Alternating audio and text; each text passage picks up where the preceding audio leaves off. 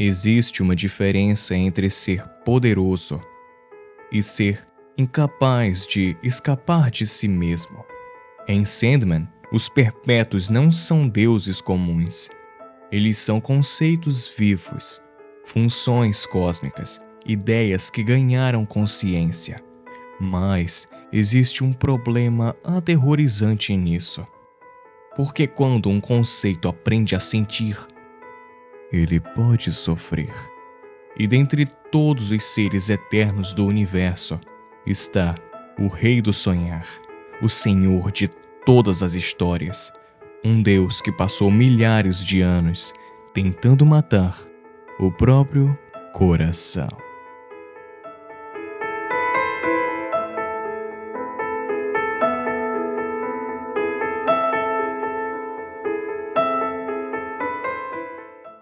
E aí, meus manos, é KGB. Bem-vindos ao Labirinto Secreto. E hoje nós vamos entrar em uma das tragédias mais profundas já escritas na ficção moderna. Porque a história de Morpheus não é sobre magia, não é sobre sonhos e nem sobre poder. É sobre alguém que se tornou tão preso ao próprio papel que esqueceu como é sentir, como é ser alguém. Uma das coisas mais geniais em Sandman é que Neil Gaiman destrói completamente a ideia tradicional de divindade. Os perpétuos não governam conceitos. Eles são os conceitos. Destino não controla destino. Ele é o destino. Morte não decide quem morre. Ela é a morte. Sonho não manipula sonhos. Ele é o próprio tecido do inconsciente coletivo. E isso muda tudo. Porque um Deus tradicional pode abandonar seu cargo, pode fugir, pode falhar. Mas os perpétuos não têm essa liberdade. Eles existem para cumprir uma função eterna. E é aí que nasce o horror existencial da obra. Porque consciência significa identidade. E identidade significa sofrimento. Imagine existir por milhares de anos, milhões de anos, preso em uma única ideia sobre quem você deve ser, sem envelhecer, sem escapar, sem, talvez, mudar. Agora imagine perceber lentamente que talvez você não queira mais ser aquilo. Esse é Morpheus, um ser eterno tentando sufocar o próprio eu para continuar funcionando como uma função cósmica.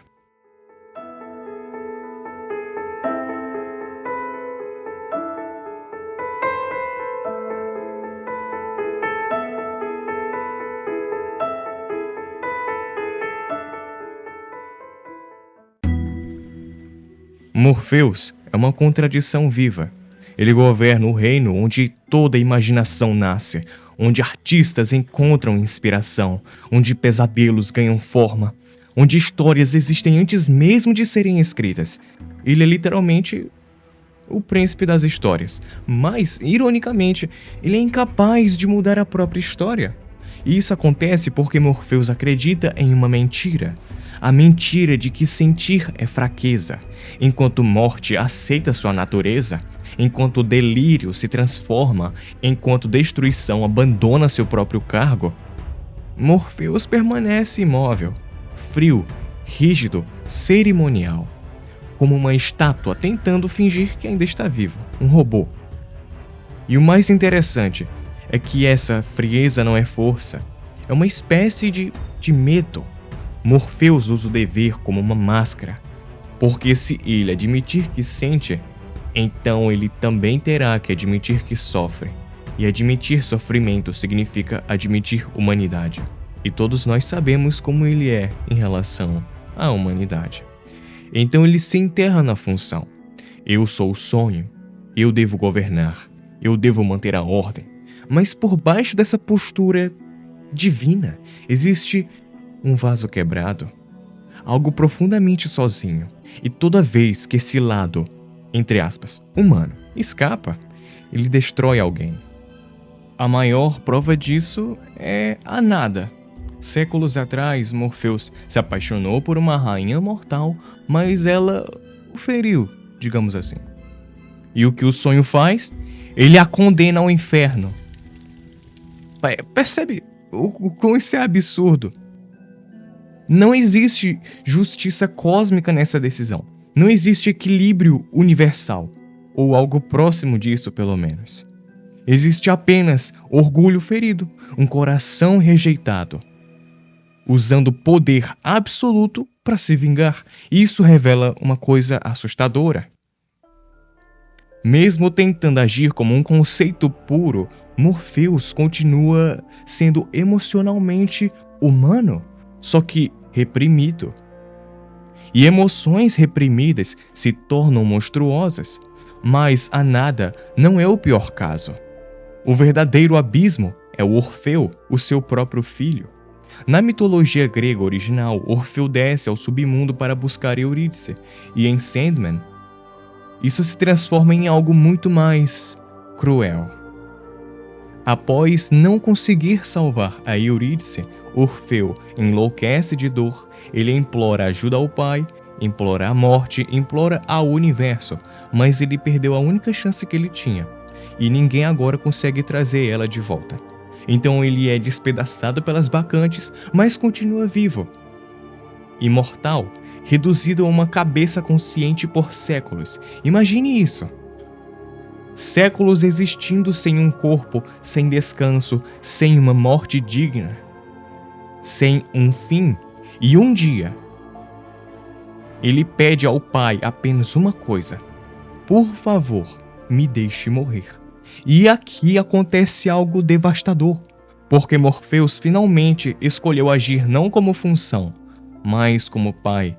Até não como pai, mas como um alguém, uma pessoa empática. Ele mata o próprio filho, não por crueldade, mas por empatia. E isso destrói completamente o personagem, porque pela primeira vez, ele para de fingir. Agora, vamos falar um pouco da morte. Existe um motivo pelo qual a morte é talvez a personagem mais importante de Sandman, porque ela é como se fosse o oposto perfeito de Morpheus.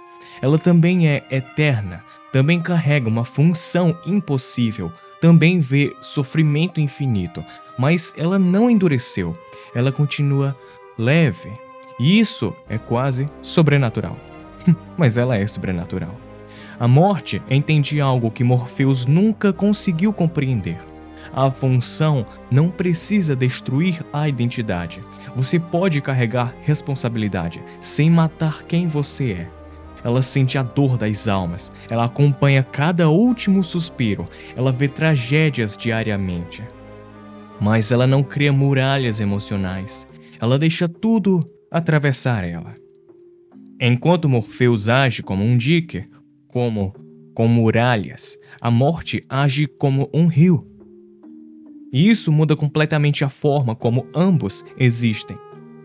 Porque quanto mais o sonho tenta controlar os próprios sentimentos, mais ele apodrece por dentro. Já a morte, por aceitar sentir, ela permanece inteira. Agora, voltando para o Orfeu e o Morpheus. Quando Morpheus mata Orfeu, ele sabe exatamente o que está fazendo. Na lógica das antigas tragédias gregas, derramar sangue familiar invoca as fúrias, as benevolentes, entidades que punem crimes de sangue, e Morpheus sabe disso. Então, por que ele faz? Porque no fundo, ele está cansado de existir como prisão de si mesmo. A jornada inteira de Sandman é como se fosse uma espécie de suicídio psicológico lento. E Morpheus reconstrói o sonhar, corrige os erros, mantém a ordem. Mas tudo isso parece vazio. Como alguém que continua trabalhando apenas para não precisar encarar o próprio vazio existencial. E quando as fúrias finalmente chegam, ele não luta de verdade. Isso é importantíssimo, porque talvez o sonho poderia resistir, até poderia vencer, poderia continuar existindo. Mas ele escolhe não continuar. A morte de Morpheus não é derrota, é rendição. E então surge Daniel Hall. Esse momento é uma das ideias mais absurdamente filosóficas de Sandman. Porque o que morre não é o sonho, o que morre é Morpheus. A função continua existindo, o universo ainda precisa do sonhar, mas agora existe um novo recipiente, Daniel. E diferente de Morpheus, Daniel foi humano primeiro, mesmo que ele não tenha sido muito velho, mas já está programado no ser humano. Ele conhece a fragilidade, conhece a perda, conhece o medo. E isso muda tudo, porque pela primeira vez, o sonho não precisa escolher entre dever e humanidade. Daniel consegue unir os dois, e isso transforma completamente o significado do final. Morpheus não fracassou porque era fraco. Ele fracassou porque nunca conseguiu se perdoar por sentir. Ele tentou virar conceito puro, mas o coração continuou batendo, doendo, vazando pelas rachaduras. No fim, Sandman não é uma história sobre sonhos, é uma história sobre identidade, sobre o perigo de transformar dever em prisão, sobre pessoas que passam tanto tempo tentando cumprir um papel que esquecem quem são fora dele.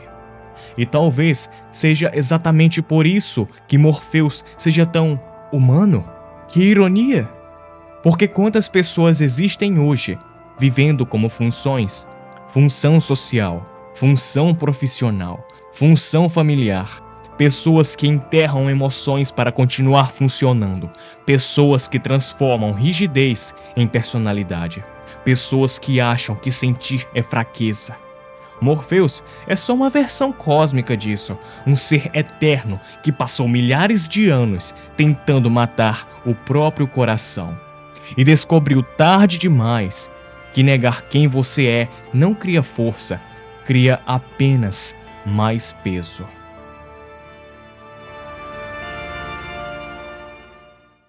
Então, comente aqui embaixo.